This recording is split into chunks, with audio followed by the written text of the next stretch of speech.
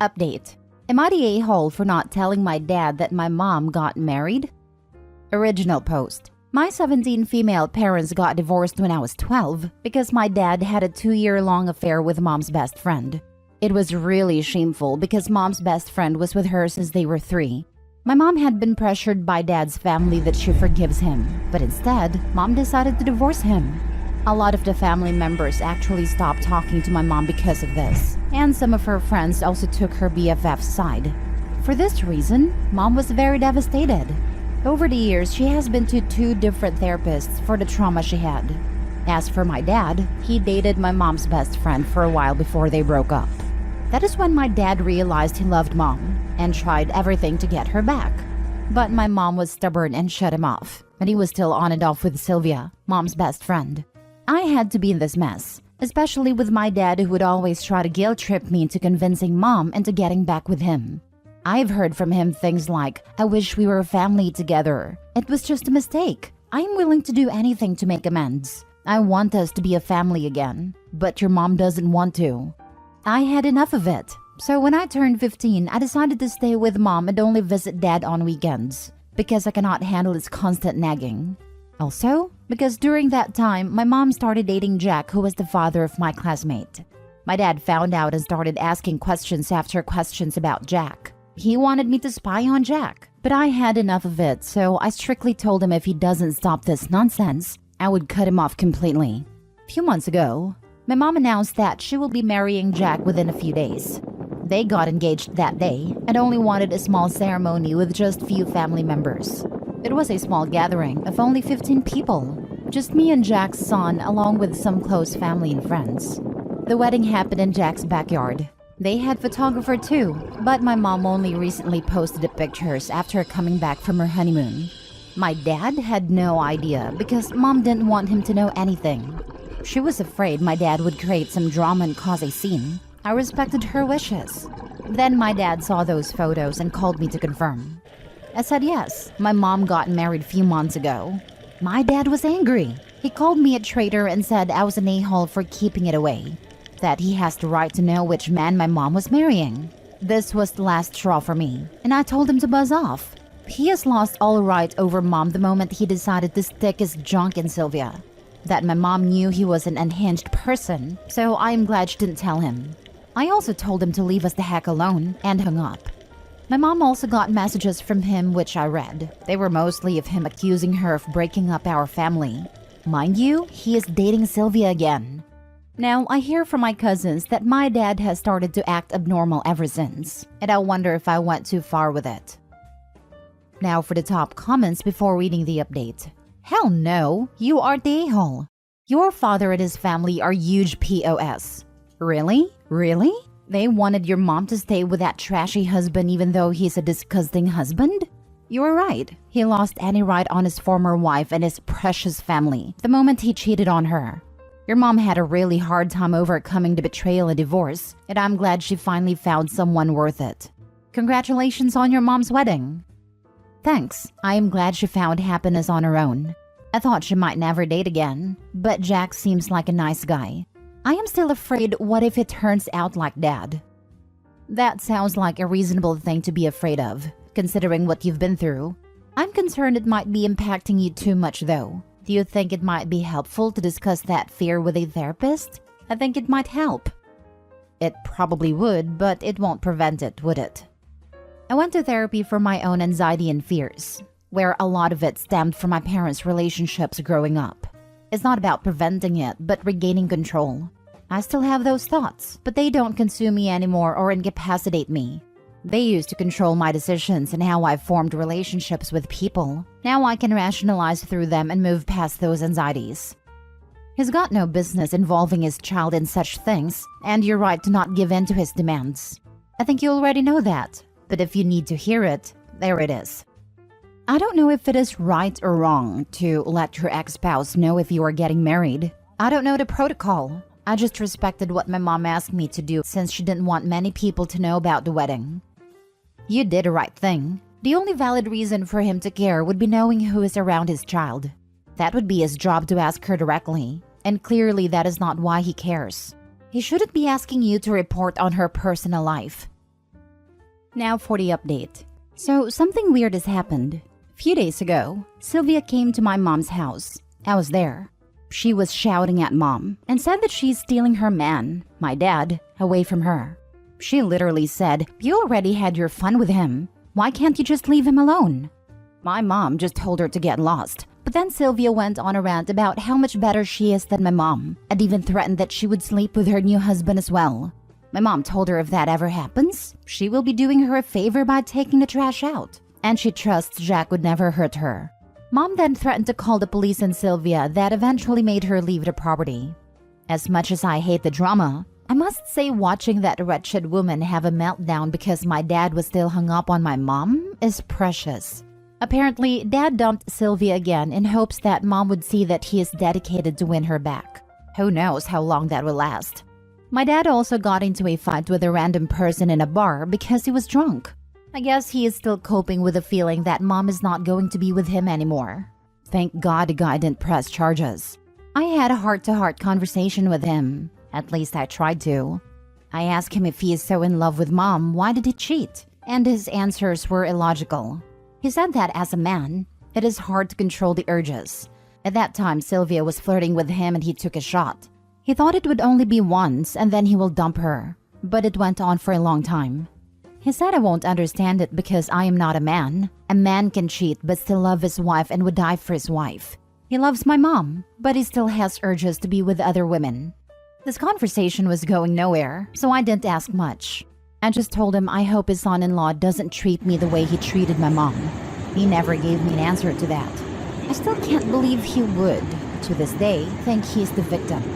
Anyways, I'm thinking about moving in with Mom permanently. I know Sylvia would come by his house now.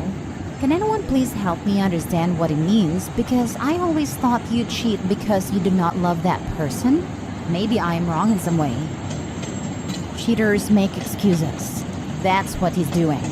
Anyone, man or woman, can keep it in their pants despite the temptations, if they decide to. Exactly.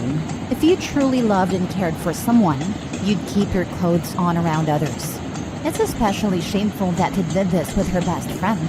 Not only did your mom lose her husband, she also lost a sister, in a way. Win her back? Dude, she's remarried. There's no coming back from that. Especially given the amount of toxic BS she's gotten since she dumped him. I hope this is the final stage of your dad's grief for this self-inflicted damage. I guess some people really feel that drama equals love and intensity. But your dad needs to get a clue that your mom isn't one of them. It was too late so many years ago, and I'm definitely Team Mom for valuing herself more than her wretched ex-husband did. Love, temptation, etc. People vary so much. I don't think we can make blanket statements. But I would say your dad loved the idea of himself that he proved wrong by his actions more than he loved your mom. I think it matters as complex as relationships that a person with this in their family history needs to talk to professionals to help sort it out and get to a healthy view of relationships, rather than listen to their toxic drama dad. If you don't, there will be lifelong effects. And I know this through experience. I especially don't get the win her back sentiment because he just openly admitted that even if he does get her back, he will still cheat on her. She has made it abundantly clear that that is a deal breaker. And somehow he thinks, even after all these years, that he can still be married to his ex-wife and have this side chick too. That Sylvia had always her eyes on him, and your dumb father failed on her trip because it was a huge ego boost. Thankfully, but unfortunately for him, your mother is a queen and threw him away when she found out of his affair. Something he never thought about. She moved on and found a better man. He can't handle that. The reason he went to Sylvia again is just because he is pathetic and can't stay alone. There are plenty men who are devoted and faithful to their wives, so his disgusting excuses can go to trash. Now both of them are facing karma. Your father by losing definitely your mother, and that woman never getting the man she is obsessed with. Last story. Am I the a-hole for not letting my ex take our daughter and move in with her new boyfriend? I don't even know where to start. My ex and I co-parent a wonderful 9-year-old daughter. I am not my daughter's biological father. I found out she was not mine when she was 3. I left my ex but stayed in the life of my daughter because I was already dad and the bio father was not interested. We share 50-50 custody and have been able to co-parent effectively other than the last year. About 18 months ago, my ex got mad at me for having concerns about issues when she was parenting. I won't go into detail, but our ability to co-parent broke down. She took me to court and tried to force a DNA test and have my name removed from the birth certificate to where my daughter basically wouldn't have a dad. My daughter was 7.5 years old at this time, and I've been dad since before she was born. So I got an attorney, and long story short, it did not go well for her. At all. The hearing officer was disgusted by what she was attempting to do, as my daughter knew me as dad and we had an extremely close relationship. I'm a good dad, and I was able to prove it. So I basically got to dictate the terms of the parenting plan. My child support was drastically lowered from what I was paying, and I was allowed to claim my daughter every other year for Texas. After the parenting plan was put in place, we patched things up and got into a good rhythm of co-parenting like we once had. There was no more threatening to keep my daughter from me, and my ex respected me as a co-parent a lot more because she is terrified of going back to court again. I have proof of her drinking and driving one time with my daughter in the car, with voice recording of her admitting it, as well as a few other issues that have happened since going to court.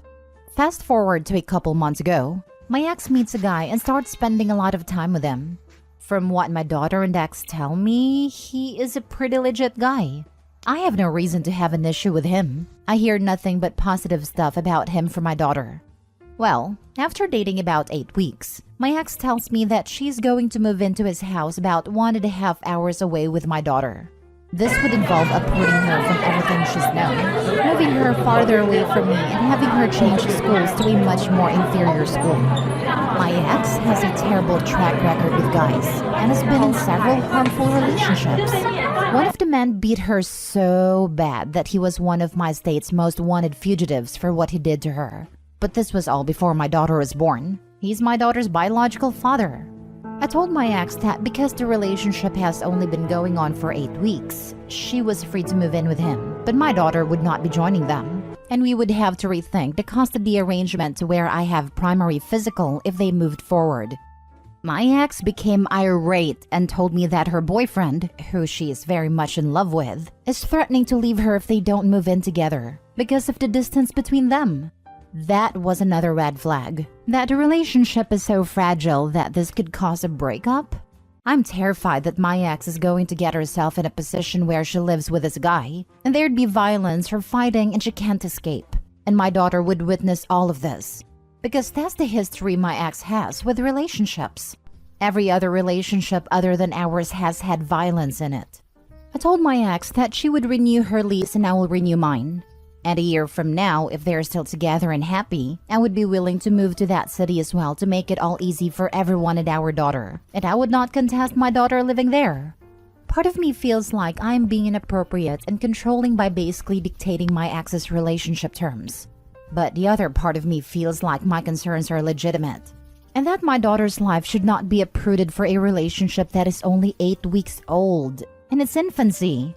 I feel like I have a moral responsibility to kind of put guardrails on some of the decisions my ex makes when it affects my daughter, due to her terrible decisions in the past. I have sacrificed a lot in life to make sure my daughter has a stable life, and I've always made myself the most stable person around her. It's why we have such a close relationship. I know it's a long story and there is more to it, but am I being a controlling a-hole here? I want my ex to be happy. She deserves that. But I also have to watch out for my kiddo. I am using the threat of legal action to control my ex. That's a fact. And I'm not at all afraid to follow through with it. Not a-hole, and it sounds like you're the only parent who's putting your daughter's needs first. Keep doing that, because it's clear your ex isn't. She tries, and she certainly loves our daughter. But she just makes bad and selfish decisions sometimes. Does your custody agreement with your ex contain any geographical restrictions? Such as one of you can't move further away from the other more than X miles or the neighboring county? This is normal here in Texas. Also, because your ex is terrified of going back to court, you can always tell her you will take her back to court for the reasons you mentioned above. The custody agreement says our daughter must remain in the state we currently reside in. And that's essentially what I'm doing. I'm using the threat of going back to court to prevent this situation from taking place. She just called me and said they will not be moving in together, and she is devastated because he's going to leave her now. I feel like crap about this, but I don't think I had a choice. Dude, his breaking up with her over this is just proof that you were right to be concerned. And quite frankly, there is no way on earth I would want my kids live with someone my ex had only known for 8 weeks. In my case, it's relevant because she left them 13 years ago. But seriously, that's really messed up. I'm with you 100%. It validates a lot of my concerns. But my ex is devastated and she blames me for it, not him. So I'm going to have to deal with and shield my daughter from that fallout. Not a-hole. No way, no how. Moving that fast and isolation is a hallmark of future dangerous behavior. You're being entirely reasonable in your efforts to protect your daughter. Good on you.